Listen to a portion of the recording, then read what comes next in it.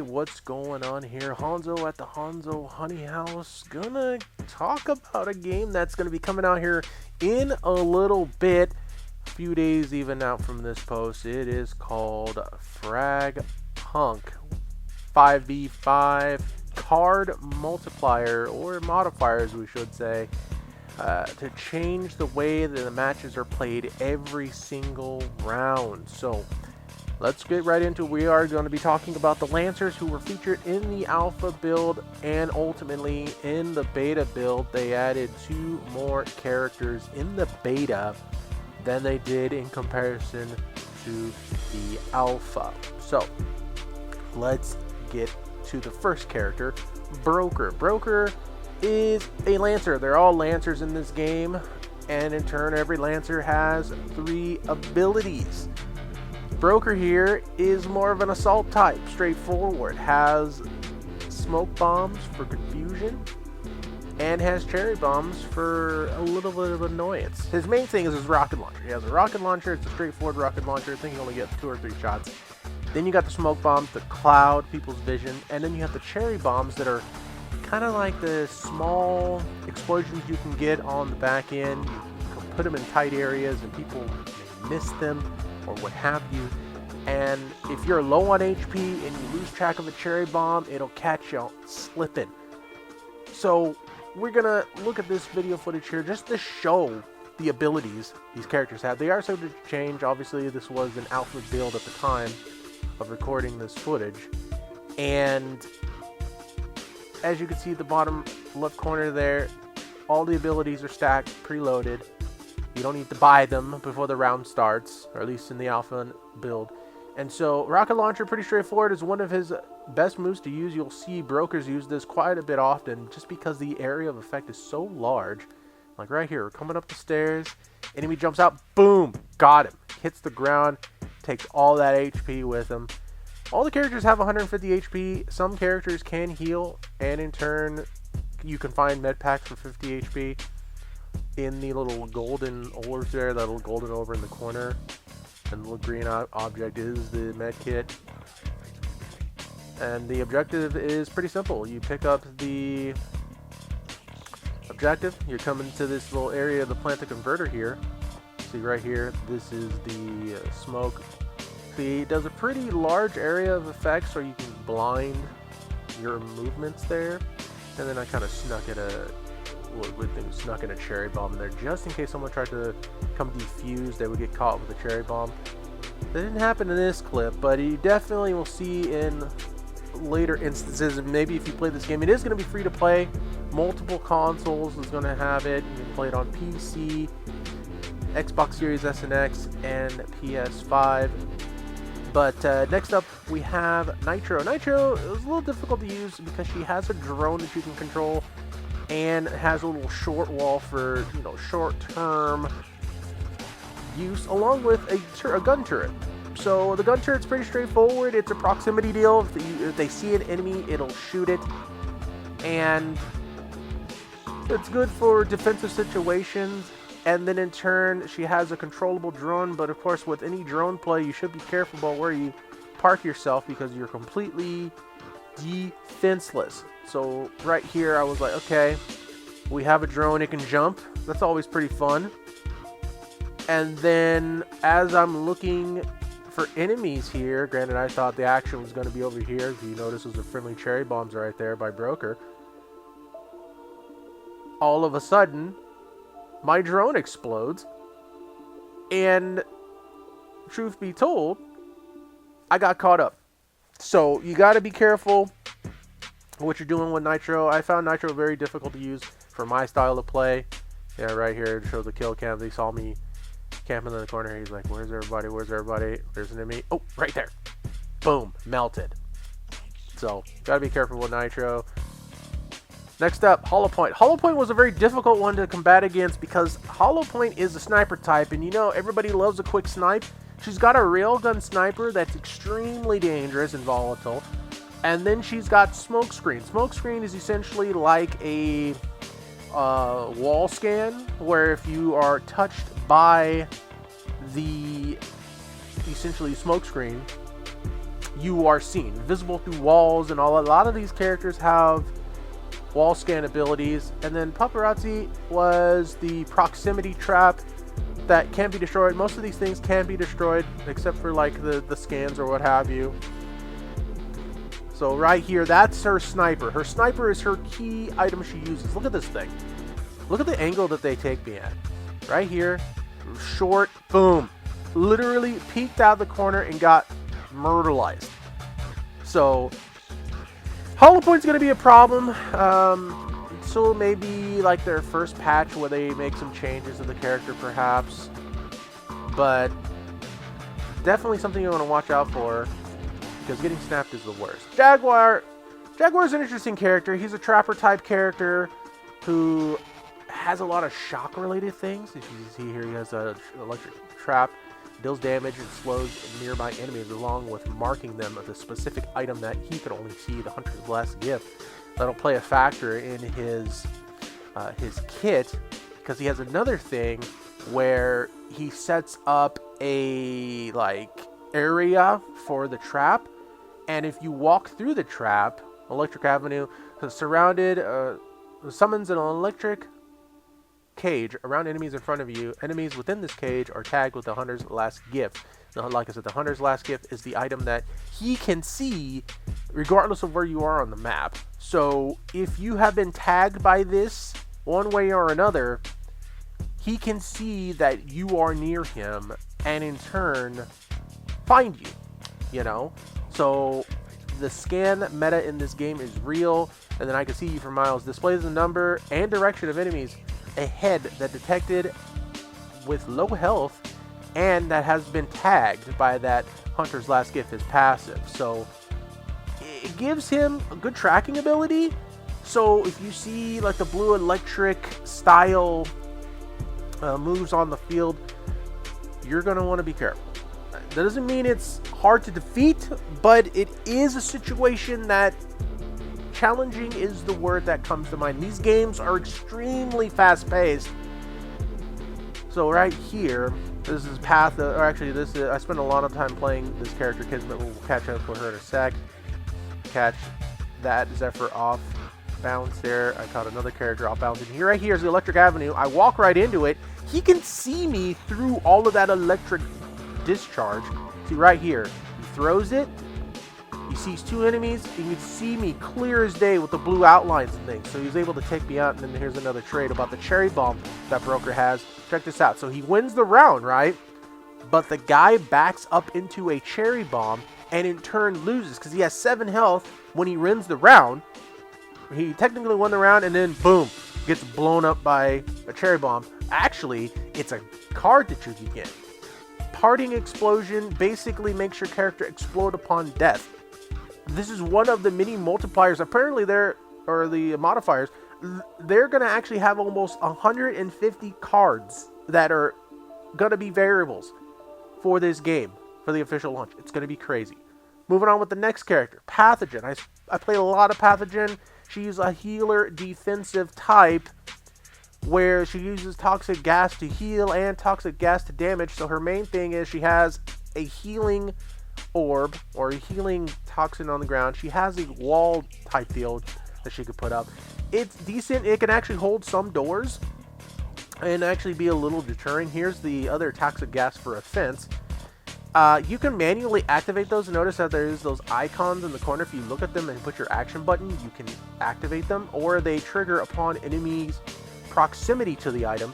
So I took a couple shots there, and then I kind of rolled off to my left. I'm the last person in this group, and then they hit him, and then they back up into him or something like that, and they start taking damage here. There's the damage markers. I got a kill with the toxic gas. And then here's another good display of all of her abilities at the same time. So there's the healing, right? Throws the toxic gas, puts a door down. That's me trying to do all this. And then as I'm healing up, I get murked because then he just goes around the side. I'm taking it a little slow and he catches me off guard. So he's an all-around character. Good beginner character. Zephyr is very difficult to deal with just because she is a stealth-based type character. So she can go into cloaking, which in turn can be switched between, it says here, cycles between full invincibility and semi-invisibility. Only can use melee weapons. If you do anything else, you'll come out of cloak. And then she has a fadeaway where she becomes fully invisible during that section, which is like a on-the-ground area of effect. And she is invisible for an unlimited amount of time while she's in that sector. And then her last ability is essentially like a teleport where she can mark a section and then recall herself back to that section. Kind of like it's a portal, basically. It's a portal that only she can use. And while you can visually see these Zephyrs on the field, they are extremely difficult to see. I got something for you here in a little bit, but it'll give you a notification on screen to tell you, oh, a Zephyr has been detected, but you may or may not even see her just because of how fast-paced these matches are. You could be shooting at somebody and then see the notification, and the next thing you know, you're getting stabbed in the back, and you're like, what's stabbing me? And then by the time you figure it out, Zephyr killed you with melee kills. So yeah, check this out right here. So here we go. We got, there's the teleport portal, okay? And then, boom, puts the item down for invisibility, and that whole circle on the ground grants her unlimited invisibility. So here we go. He's going in for the kill. As soon as he flickers, you can see him, and then he switches weapons and gets murked. But if on the kill cam, watch the kill cam here, you'll see that visually, that's hard to read. Look at this. You can kind of see it, then it blips out, and then of course they appear right in front of you because he armed his weapon. If he didn't arm his weapon, he'd probably still be invisible and hard to see. So check this one out. So here's another clip where I'm using one of the characters that we'll talk about in a little bit, Serket. Does the scan tornado. We'll talk about that in a little bit. I walk forward. I throw her little orb thing for damage. Okay. Zephyr detected. But I don't even see where that Zephyr is at. Okay. And there she is. The blue dot, or that blue blip you saw down on screen, that was the Zephyr I detected. So you got to keep your eyes peeled if you're going to be going up against a Zephyr. They show you what characters are being played before the round even starts, and you can't change characters until the round is over. So be on the lookout for that notification. Middle of your screen, Zephyr's been detected. And then be on the lookout for seeing that blue blur, because if she's like partially invisible, you can see the blue blur. If she is fully invisible, you will not see that blue blur. So you want to be on the lookout, keep your eyes peeled, because fully invisible, you'll be shooting air for a hot minute before you actually hit her. So you want to be careful, all things considered. They're going to actually have 13 Lancers for the beginning of the first build, and we're coming in on the last 6 here. So we got Corona. Corona is an offensive type. I didn't spend much time working with him, but he is kind of a neat character. So he has like a blink style teleport, and all of these skills have cooldowns of various degrees. So you'll have to test it out in shooting range and see how you feel about it. He has a blink teleport, so it's like a forward dash, and then he has Ashes to Ashes, which throws a fire wheel on the ground. It has a big area of effect. It does fire damage, so you can actually rope a whole team with that. And then finally, Hothead is essentially Solar Flare. So if you've ever watched Dragon Ball and seen any of the characters, Goku, Tien, Krillin, all have done the Solar Flare attack, so it's just a giant burst of light.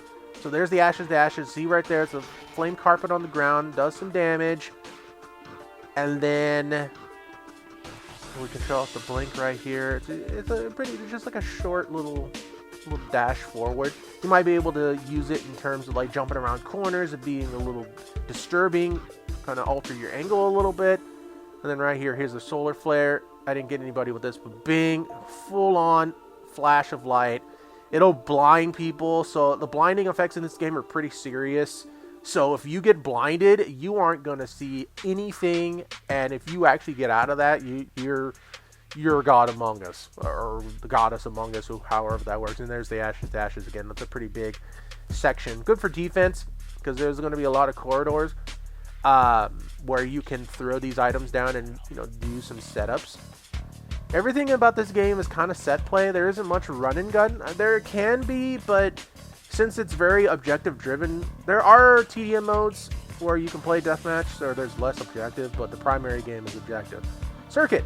Okay, so this is Serket. She does the scan thing, but she also has an ability to not so much teleport, but she can kind of low profile roll herself into a different direction. So station to station is her ability that makes this beacon with a limited time. Left click to teleport to said beacon. So you use that ability, you roll on the ground like a little ball, and you can teleport to the ball if you want to, or cancel it and go back where you started from. Gold Dust Woman is that cyclone you saw earlier that scans people. It says it blinds and slows, so if you get into the whirlwind, you're exposing yourself. And then finally, Throwable Gadget Dilemma that drags enemies through range towards it. Singularity style, if you are familiar with the terminology, where you throw it on the ground and it kind of sucks you into a certain place, so it may actually put you at a disadvantage. So right here, he throws the whirlwind, puts the singularity down, and the guy gets murked because he goes wide right. So here we go. This game mode is something we'll talk about in a little bit as well. So does it again. Hands left. Zephyr showing up. See the notifications popped up there. Boom. Headshots. So, in case you're wondering, this game settles ties. So after 8 rounds, you're tied 4-4. The final round is a 1v1 showdown in a mini map. You pick a character, you have a full set of skills until you lose. And then right here is that rolly ball. So she rolls down, very low profile, and then boom, takes her by surprise. That ball is visible, so it's not like you won't see it if you know what you're looking for, that low to the ground. But if it catches you off guard like that, you definitely will be in a bad position. So then I got a clip here in a little bit. We'll show how it looks, but first let's talk about Kismet. I spent a lot of time playing Kismet. She is a scanner damage type. So she has an orb, she can throw it like a grenade, pretty straightforward grenade. The other one is a scan. A lot of these scans work through walls, so work the off angle, corners, 45-degree angles towards your objective. Listen to the sounds of the people walking around. A lot of people were running. There's only one character for now that does footstep dampening, which we will talk about her in a little bit as well. But Kismet's pretty dope. It does the scan, does the grenade thing. Kind of looked at Pathojen for a second here. Don't know why I did that. Sorry about that. And then she has a invisible repositioning tool. So she can't really do much while she is invisible, but she can reposition herself. But she cannot see enemies in the process. So it is very possible that you could put yourself in a bad spot if you go invisible without paying attention to where you're going. So check this out right here. So we got the scan right during the setup phase, because they allow you to set up. Sprays are universal, emotes are universal as well. We used the LMG, which wasn't a great idea for this round, but that's okay. So we have the scan. Does a decent amount, and you see them in yellow outlines right there. Those are enemies coming towards you. Grenade, nice toss. Didn't hit anything though. And then the enemies jump out. I try to hit fire and I lose that fight. But then also Corona with the ring of fire right there set up a good defense, so I wouldn't want to approach that for damage. And then he kind of murks me with the ADS, but he gets murked as well. So check this out in a shootout scenario. Here we go. Scan again. Okay, missed. So we go teleport. Go invisible, does the repositioning. Good positioning, but still loses the scenario at hand. So, all around decent character. Now we get to the fun ones. Axon. This guy is kind of a pain because he has a lot of access to explosives on his own free will. So the electric guitar acts like a shotgun. He shoots out sticky bombs from it. And it has the same fire rate as your average shotgun and hits about the same. Kind of a cool concept. But the thing about him is his second ability which I believe they call a cherry bomb. No, I don't think. No, that was Broker's deal. What do they call the second thing? Yeah, you press the aim key to quickly throw 2 sticky fingers bombs. Oh yeah, sticky fingers. Those things regenerate. So throwing a bouncing sticky grenade, hold down the skill key to keep throwing them. Grenades bounce off the surfaces until it sticks to an enemy, or detonates automatically when the timer is up. Don't know how long it takes, but it's a pretty short timer, to be honest. And then finally, Super Freak, when activated, he is immune to visual disturbances, so meaning he cannot be blinded in that mode. And his passive ability, which is rare for the amount of characters that were available, is he can slide while running. There is a modifier card that allows you to do that because it turns the whole battlefield into ice. But as a normal character, Axon is the only one who has that ability. So here we go. Check this out. So we got a situation. He is the last one here. So he's trying to wrap around to find the enemy. There's the sticky fingers. Toss. Toss. Toss. Toss. Toss. Toss. Toss. Toss. Toss. Toss. And if you see the meters down in the middle right there, he activated Super Freak for no reason at all. He's regenerating them as he's running around. Had a med kit there, had another med kit he decided not to pick up. So by the time he gets around to fighting this person, he has 2 bombs to work with. Oh, tried to do the whirlwind, missed. We called it out to him. He only had 8 HP on that enemy. 1 shot, 22 damage, clutches the round. But by the time he gets there, he had 2 sticky finger bombs he could have thrown in that scenario if he needed them. So who knows to say that regen rate's going to change, but pretty cool character if you are more offensive minded and, you know, somewhat counterplay, personal counterplay if you are quick to put the Super Freak on so you don't get blinded. Yeah, see, that was the guitar that acted more like a shotgun.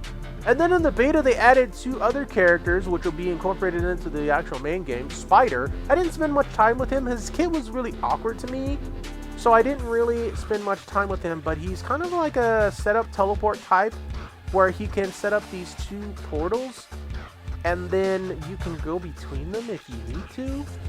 He also had another ability where he throws an orb, and if it hits an enemy, it teleports the enemy in front of him where he threw it. So that could be useful if people like to group up. It's super disorienting that, you know, you throw the orb, you as the player, and the exclamation point shows up on the map. It's going to come up here in a little bit. It shows up on the map. Yeah, here we go. He throws the orbs, boom, boom, and then if you hit anybody, they'll teleport right in front of you, and then you can shoot them. Now, that's super disorienting for the defensive player who is trying to defend against it, because obviously they didn't see it coming. But then if they walk up to it, it's going to be right in front of me. Oh, right here. So that's the Serket orb that I was telling you earlier when she was rolling around in her little sand dune mode. I saw that orb, didn't think much of it, and then I got murked because I got caught off guard by the enemy walking around the corner. So all of these characters have neat abilities, and it's going to play a factor into the modifiers and how things work out. So then in the beta build, I spent a lot of time playing this character, Sonar. She does the scan stuff. She has an ability that will knock up players into the air. So if you hit them with it, they get popped up into the air, slightly disoriented, and in turn you can try to get them that way. And her final ability is that step dampening ability, where your steps are not making any noise. So yeah, right here she's got an echolocation scan. She puts down her staff, and then it's bing, bing, you know, echolocation type deal. But she said she's not a dolphin, so don't worry. Sonic Surge is that one move I just mentioned where you can shoot it like a projectile, and then it will pop enemies into the air. They can't move while they're in the air, so it's pretty high up and it's super disorienting. Yeah, check the map out right here. You throw it, and then bing, knocks them in the air, and hopefully it's a little more disorienting than that. And then finally, Sounds of Silence, where you can dampen your footsteps. Footsteps in this game are extremely loud. You can hear anybody from across the map if you're not moving. So if you're crouch walking, obviously you make less noise. If you're walking, you make less noise. So it is a good strategy to play that into your hand when you're setting up, because anybody can hear you across the map. So check this out. Here we go. We got the sonar going down, bing. And then I'm not really looking over there to see if I get a scan, but look at that range of that. It's covering the whole objective. She gets 2 of them, but the cooldown is really, really long. And so, yeah, I spent a lot of time with this character. I thought she was cool, to be honest. I'm looking forward to the cosmetics in this game. I'm looking forward to seeing what they do with the characters. All right, here we go. So, sound suppressor's on. Everybody's got their shoes on, so they can't be heard as much. I throw the projectile, didn't hit anything. I think there might be a scan here. Serket trying to throw her cyclone, so we get blinded. We're like, no thank you, I'm good. So it's a lot of corner play, a lot of slow playing, but it's fast paced because everybody has 150 health and rounds can end very quickly. Here's the scan again. Has a satisfying sound too. I'm looking forward to you catching this one. So that, friends, it's Fragpunk. It's coming out soon on the 6th of March. That is real fast, real quick. Coming out on all major platforms. They're still selling pre-order gun packs, cosmetics, only available until the game actually launches. They're invariable abilities and things of that nature. So the one question I do have here is, they mentioned 13 to start, but in the beta they had this 20 Lancer challenge. Now, I'm wondering, is this a case where it's like, oh, we're just future-proofing challenges, because they kind of do that in Marvel Rivals, another game that's produced, or at least worked on by NetEase Games, the same for the producer for this one, Fragpunk. They're future-proofing it, so it's like if you own that many Lancers, they just want to have the challenges that far in advance, so you have something to work up to. I don't know. I mean, the alpha. Let's see. The alpha was in late June, early July 2024, and the beta was in October 2024. So here we are, 2025. Going to get back to the Fragpunk. Tell me what you think in the comments. Give a thumbs up if you're feeling it, and subscribe if you like any of my stuff. And until next time, this has been Hanzo, and we may see you tomorrow or next week. Until then, take care of yourself, and we'll see you later.